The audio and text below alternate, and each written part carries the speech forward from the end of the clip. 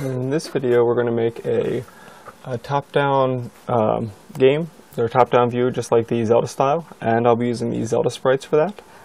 This will tell you how to code the directions to go left, right, up, and down, and how to put collision there so you can walk places and you can't walk certain places.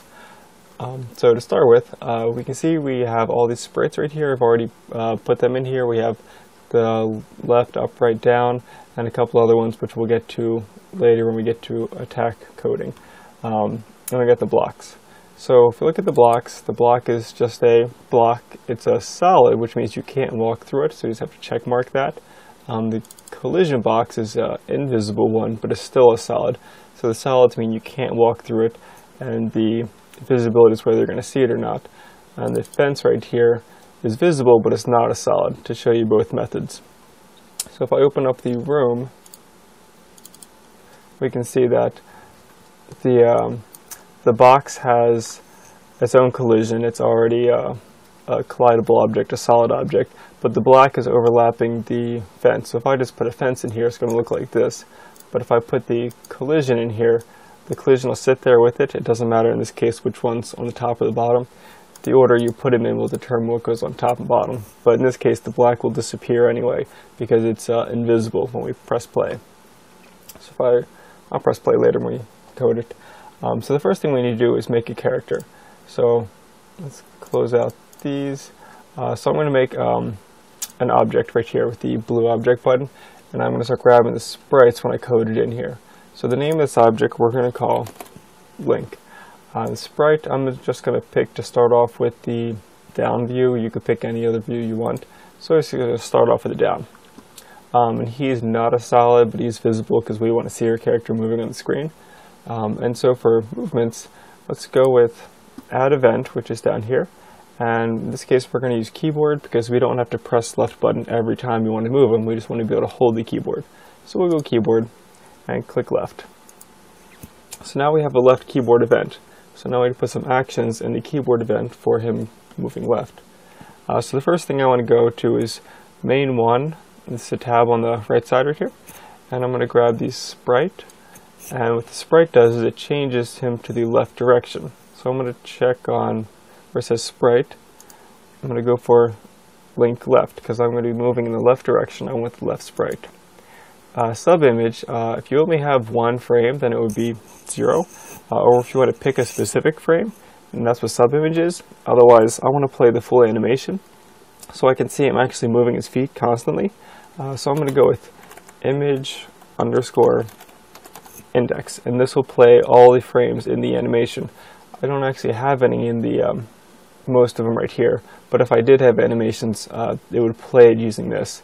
And the speed, this is 100% because I only have 2 frames in the down position. I'm just going to use 0.25%, so 25%, so it'll be slower. So if I only had 2 frames in all these, just his legs forward and backwards, then that would be a decent speed. But you can change the speed to whatever number, depending on how many images you have in there and how fast you want him to be moving or blinking or whatever. So image index is for animation, that's the speed, and that's the left sprite. Alright, so when we press left, he'll change directions. But now we have to get him to move. So we're going to go to controls down here, and we're going to check for collision, or check empty. There's also check collision and checks object, but I'm going to check empty. So we're going to look to see if there's an empty position while he's walking. So where do we want to know where the empty position is? In this case, we want to know that since he's going left, I'm going to pick -4 because X on the number line, -4 is to the left. You can change the -4 to any number you want. It's going to determine how fast and slow he moves. -1 is going to move really slow. -10 he'll be off the screen really fast. We're not moving up or down, so there's no Y. And we want to collide with solid objects, just like we told the block to be a solid object. And the collision is solid object. This one's invisible, but they're both solids, so you can't walk through it. And relative to his location, so this way you don't jump to the top left. It'll just be -4 further from where you was before. So press OK. So now we know it's if the position is collision free, so there is nothing to the left of him. And if there is nothing, then we'll throw in our little brackets, and we need to move him. So we'll go to move and jump to position. We're going to jump him, -4 relative to where he is. And so by doing this, he'll turn left, it'll check to see there's nothing there, and if there is nothing, then it'll move him. And that's more or less all we have to do for now. It'll get a little more, we'll get more coding in there when we start to do the attacks and all that, and changing direction for the swords, but for now that's all you would need to get him to move left. And left is going to be quite the same as all the other ones, so I'm just going to copy all of this. And let's go to keyboard event. We'll do right. On right, we're going to paste this in here and just swap out everything. So link left is going to be now link right. Same, play the animation sequence, same speed, press OK. Now we're going to change the collision to +4 because we're going in the right direction, so it'd be 4. Again, it's a solid object to stop at and relative to where he is. And same thing here, +4, relative to where he is, press OK, and we're done right. Let's jump and add on up, paste in what we had before, swap them out to link up, same settings, collision free is now going to be 0 on the X, and Y is backwards, so going upwards is -4, even though you would think it'd be +4, but up is negative and down is positive. We'll press OK and change this again, so that would be 0. Up is going to be -4. Press OK. And add the last one in there, keyboard down. Paste that in there. And we'll go down position. This one I do have animation on here, so we'll see that the guy, or Link, starts moving his feet as he's walking downwards. And collision free is going to be 0, +4 because we're going down. Oops. And that'll be 0, +4 again. So he'll move down. And now we need to release left.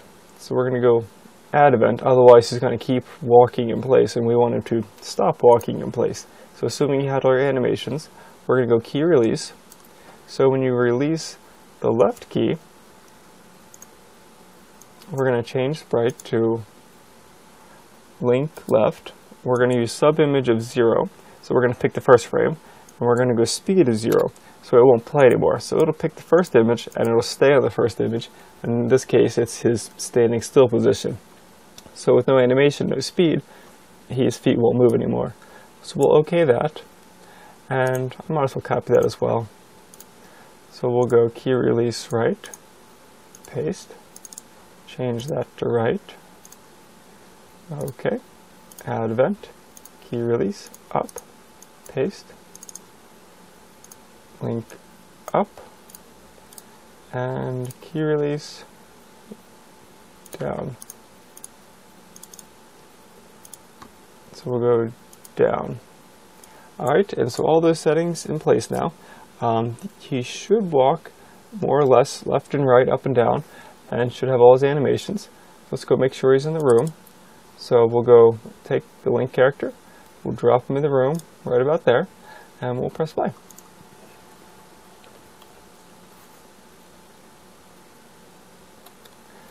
Alright, and by default, we don't have him at an idle position standing still when he starts.